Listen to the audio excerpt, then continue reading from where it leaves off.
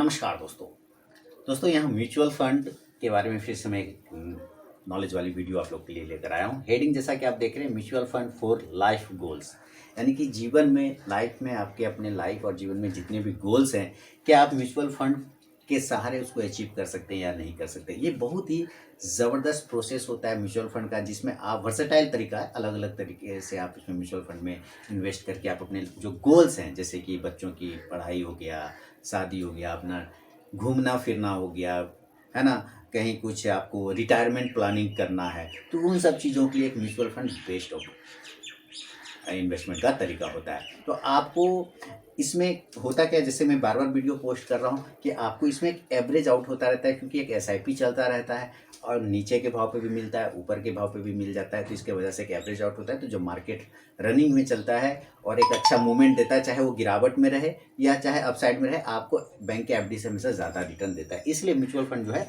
जो लाइफ के गोल्स है उसको अचीव करने का एक अच्छा तरीका हो जाता है और थोड़ा रिस्क इसमें कम बन जाता है ना। अब आप क्या कर सकते हैं इसमें, अब इसमें कुछ बहुत सारे गोल्स होते हैं लोगों के, जैसे मेरा भी अपना गोल्स था कि मेरा घर हो जाए, गाड़ी हो जाए, है ना, और कुछ सेविंग्स हो जाए। तो इसके लिए आप लोगों के लिए भी लाइफ में कुछ होगा कि आपकी बच्चों की पढ़ाई लिखाई हो जाए, सेफ हो जाए उसका फ्यूचर, कुछ इन्वेस्टमेंट कर सके जिससे रिटायरमेंट हम ले सके, अर्ली रिटायरमेंट जिसको बोलता है। तो सोलो गोल्स, इस गोल्स होते हैं लाइफ में। एक है सोलो गोल्स। सोलो गोल्स में क्या होता है, ट्रैवल है, यानी कि घूमना फिरना है, टेंशन नहीं लिए, काम कर रहे नहीं कर रहे, डजेंट मैटर, जेब में पैसा है, ट्रैवल कर रहे हैं, घर खरीद लिया, बाइक ले लिया या कार ले लिया। तो इन सबों के लिए जो है आपको यहाँ पर क्या करना है, म्यूचुअल फंड। और इसके लिए म्यूचुअल फंड में ना आपको कुछ चीज़ों को ध्यान रखना पड़ता है, और वो कुछ चीज़ क्या हो सकता है, वो होता है इक्विटी और डेब्ट फंड। देखिए, इक्विटी और डेब्ट फंड का सही मिश्रण होना अनिवार्य होता है। अगर आपके में सिर्फ डेब्ट होगा तो फिर सही नहीं है, अगर सिर्फ इक्विटी होगा तो भी सही नहीं होगा। इन सब गोल्स को प्राप्त करने के लिए ना इक्विटी और डेब्ट फंड का सही मिश्रण होना चाहिए, जिससे आप मार्केट की किसी भी सिचुएशन में अपने गोल से नहीं भटकेंगे, बल्कि आपको एक बेहतरीन प्रॉफिट बनेगा, बेहतरीन पैसा बनेगा। टर्म इन्वेस्टमेंट, जैसे कि आपको, जैसे कि शॉर्ट टर्म गोल्स क्या होता है, शॉर्ट टर्म गोल्स की बात करें तो जैसे वेकेशन हो गया, गर्मी छुट्टी चले गए, बच्चों लोगों के साथ पहाड़ पे घूमने चले गए, है ना, कुछ बर्फबारी देखने चले जाते हैं लोग। तो उन सबों को प्राप्त करने के लिए क्या होता है, एक डेब्ट फंड बहुत फायदेमंद हो सकता है, क्योंकि इसमें ये क्या होता है ना, जब आपको पैसे की नीड होती है इन सब खर्चों के लिए, तो उसमें आपको एक सेफ और कम रिस्क का इन्वेस्टमेंट बन जाता है डेब्ट फंड में। इसलिए इक्विटी भी रखें अपने पास में और डेब्ट फंड भी रखें, अगर आपको अपने इन सारे गोल्स को अचीव करना है तो।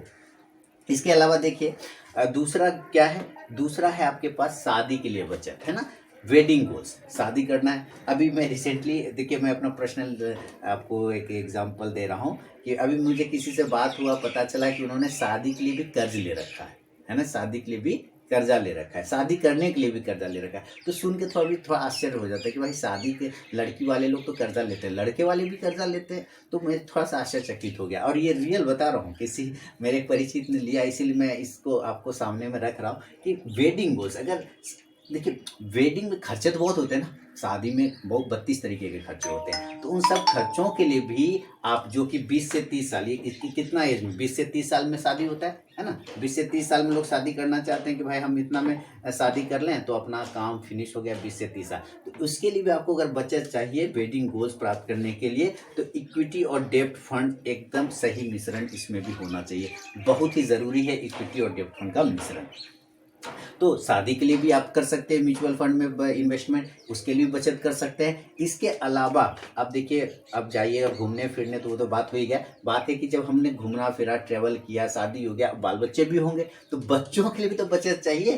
तो ऑफ स्प्रिंग गोल्स हो जाते हैं ना, बच्चों के लिए बचत होता है। इसमें इक्विटी ओरिएंटेड फंड, यानी बच्चे तो छोटे होते हैं ना, उनको टाइम ज़्यादा होता है, बच्चों के पास क्या है, टाइम ज़्यादा है। अब मान लीजिए कि बच्चा आपका 5 साल है और इसको युवा होने में, जवान होने में हम 18 साल का वेट करते हैं, तो कितना 13 साल आपके पास टाइम है। तो 13 साल, अब जब चूंकि 13 साल हमारे पास एक लंबा पीरियड है, हो सकता है 20 साल का आप लेके चले कि नहीं, 20 साल के बाद मेरे बच्चों को जरूरत पड़ेगा पैसे का, तो 20 साल, तो समय तो ज़्यादा आ गया। तो जब समय ज़्यादा हो गया ना, तो वहाँ अगर इक्विटी ना, डेप्ट ना भी रहेगा, डेप्ट फंड ना भी रहेगा, तो कोई दिक्कत नहीं, इक्विटी ओरिएंटेड फंड में जा सकते हैं, जिसमें सिर्फ इक्विटी का सिर्फ इक्विटी का आपका इन्वेस्टमेंट हो सकता है। ऐसे फंड जिसमें सिर्फ इक्विटी में इन्वेस्ट किया जाता है, वैसे म्यूचुअल फंड को भी लेके आप चल सकते हैं। क्यों? क्योंकि बच्चों के पास में टाइम बहुत ज़्यादा होता है। अभी तो वो जन्म लिया है, अभी चलना फिरना स्टार्ट करेगा, फिर धीरे धीरे पढ़ाई लिखाई स्टार्ट होगी, उसके लाइफ गोल्स के लिए बच्चों के लिए बचे तो उसके पास लंबा टाइम है। जब वो एक कॉलेज लाइफ में जाने लग जाएगा तो उसको हायर एजुकेशन के लिए कोई दिक्कत नहीं रहेगा,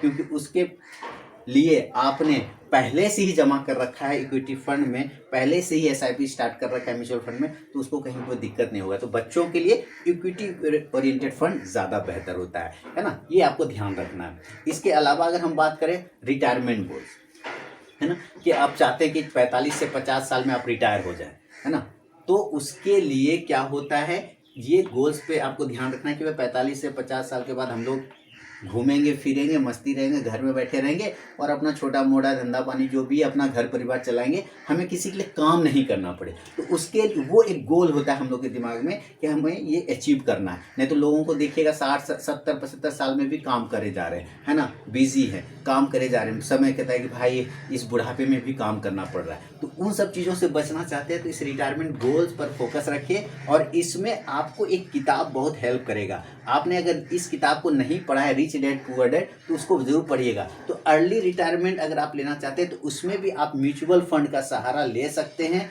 बहुत सारे इक्विटी फंड भी होते हैं, डेब्ट फंड भी होते हैं, सेफ फंड भी होते हैं। ये सारे जो है म्यूचुअल फंड में आप एक सिस्टमेटिक प्लानिंग के थ्रू पैसा डालते रहे हर मंथ, और जब 45 से 50 साल हो जाए तो फिर आपको एक अच्छा पैसा इनकम बन सकता है, एक अच्छा अकाउंट में पैसा जमा हो सकता है, इन्वेस्टमेंट हो सकता है म्यूचुअल फंड। क्योंकि वो क्या होता है, एवरेज आउट होता रहता है, वो एवरेज आउट होता रहता है, नीचे के भाव पे भी मिलता है और ऊपर के होता है, ये इससे एवरेज आउट होता है, आपको रिटर्न बहुत ही ज़बरदस्त मिलता है। और आपको अगर और भी बेहतर तरीके से आप मार्केट को समझना चाहते हैं कि इसके थ्रू, तो मेरे ख्याल से ये जो रिच डैड पुअर डैड है ना, आप इसका रिटायरमेंट गोल्स के लिए कितना ज़रूरी होता है रिटायरमेंट गोल्स प्लान करना म्यूचुअल फंड में, ये इस किताब में भी आपको, रॉबर्ट कियोसाकी नाम है राइटर के, बहुत ही बेहतरीन राइटर, आपने पढ़ा भी होगा। रिच डैड पुअर डैड भी आप पढ़ेंगे तो आपकी आंखें खुल जाएगी। उसमें भी इन सब चीज़ों को, तरीकों के बारे में बताया गया है कि किस तरह से आप जो है अपना प्लानिंग कर सकते हैं रिटायरमेंट को लेके, बच्चों के लिए,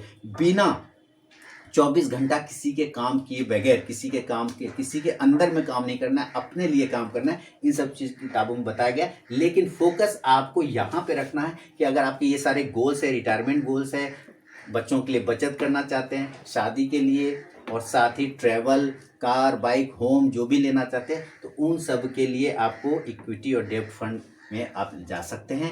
डेब्ट फंड ज़्यादातर सेफ फंड होते हैं जिसमें कि आपको रिटायरमेंट प्लानिंग की बात होती है। इक्विटी फंड में ज़्यादा टाइम मिल जाता है, बच्चों के लिए करना चाहते हैं तो इक्विटी वाला ज़्यादा बेहतर है। तो इन सब चीज़ों को लेकर आप चल सकते हैं। अब देखिए सवाल क्या है कि इसके बाद भी बहुत सारी चीज़ें होती है, जैसे क्या क्या चीज़ें होती है, इन्वेस्टमेंट का तरीका, स्टाइल। देखिए न्यू इन्वेस्टर या डाइवर्सिफिकेशन के लिए क्या करता है न्यू इन्वेस्टर जो है, तो फ्लेक्सी कैप फंड आजकल बहुत चलता है। फ्लेक्सी कैप फंड में, फ्लेक्सी कैप क्या होता है कि मार्केट के सिचुएशन के हिसाब से फ्लेक्सिबल होता है।